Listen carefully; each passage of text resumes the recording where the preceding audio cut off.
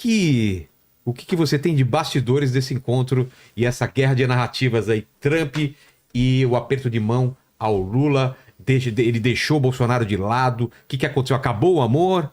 Começou o amor? É um novo romance? Pois é, Vilela, muitas dúvidas surgiram desse Pois encontro, é, né? né?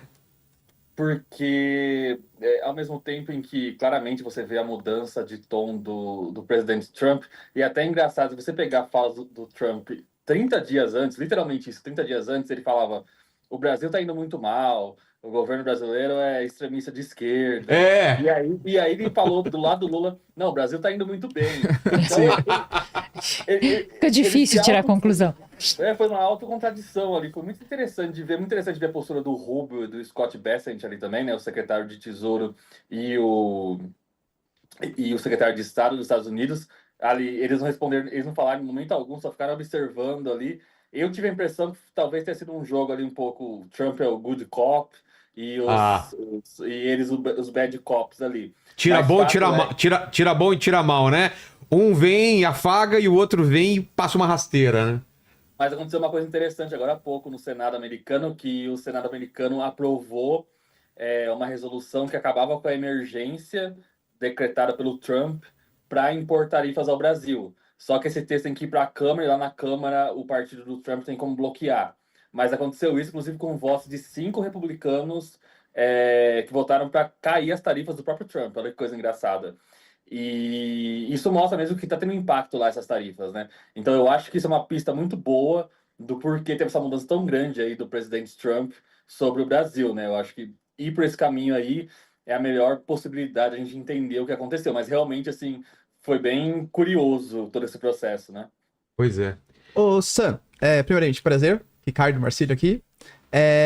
A gente tá vendo pela mídia brasileira que os Estados Unidos, eles. E isso, de fato, né? O Trump, ele sempre gosta de sair como vencedor nas negociações. Seja com o Japão, com a Coreia do Sul, com a União Europeia, ele sempre conseguiu alguns acordos que, para a população local, para opositores locais, foi visto até como se fosse uma espécie de humilhação, seja para o Japão, para a Coreia do Sul. Tamanhos investimentos que ele... Hoje, por exemplo, né, em reunião com a Sarai Takaishi do Japão, ele falou que o Japão vai ter que investir 550 bilhões de dólares para conseguir fazer uma negociação com os Estados Unidos. Você tem informações aí de bastidores de quais são as exigências dos Estados Unidos para que ele aceite fazer um acordo comercial com o Brasil para queda das tarifas? As exigências não estão claras, pelo que, inclusive, eu estou aqui na redação agora, né, o pessoal estava apurando isso hoje com o Itamaraty. As exigências dos Estados Unidos não estão claras, porque o Brasil fez as suas exigências. Então, o presidente Lula falou pessoalmente isso, né, que ele quer o fim das sanções aos ministros e o fim do tarifaço.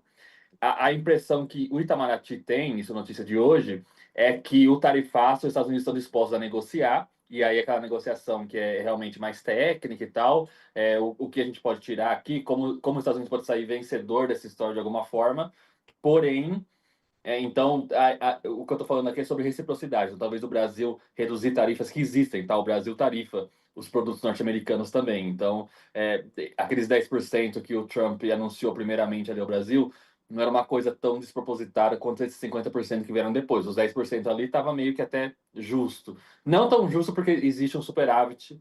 Então, os Estados Unidos vendem mais ao Brasil do que... Na verdade, o Brasil compra mais dos Estados Unidos do que os Estados Unidos compram do Brasil. Mas, independentemente disso, eu não consegui ouvir, e aqui em Brasília tem muito disso, né? Então, assim, um jornalista que trabalha com tal, apura com tal fonte, outro com tal fonte. Eu não ouvi de ninguém uma sinalização de que, por exemplo, a lei Magnitsky contra Alexandre de Moraes esteja de fato sendo negociada como algo sério dos americanos, assim, que os americanos estejam colocando isso como uma possibilidade de ser derrubado. Então, eu acho que é possível a gente ver, sim, um acordo comercial diminuindo as tarifas em, sei lá, 20%, 30%. E aí eu acho que a gente vai ver isso, inclusive, por desespero aí de algumas pessoas, a gente vai ver o presidente Lula indo até a Casa Branca assinar esses acordos aí. Eu acho que isso vai acontecer em novembro. É, porém, a questão das sanções aos ministros, principalmente com relação ao Alexandre de Moraes, eu acho mais difícil, porque aí é uma questão muito individual. Então, você sancionar um ministro do STF, você tirar o visto de outros ministros, é uma questão até de soberania, né? O Brasil está falando tanto de soberania, mas visto é uma questão soberana, né? Um país pode decidir quem entra nos Estados Unidos e quem não entra, né?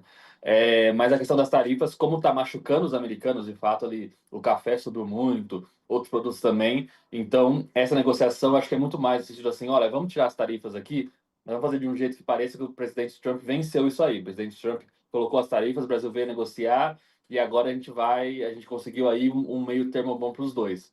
Mas ainda me chama a atenção, isso é uma coisa que eu não tenho uma explicação, assim, não consegui descobrir,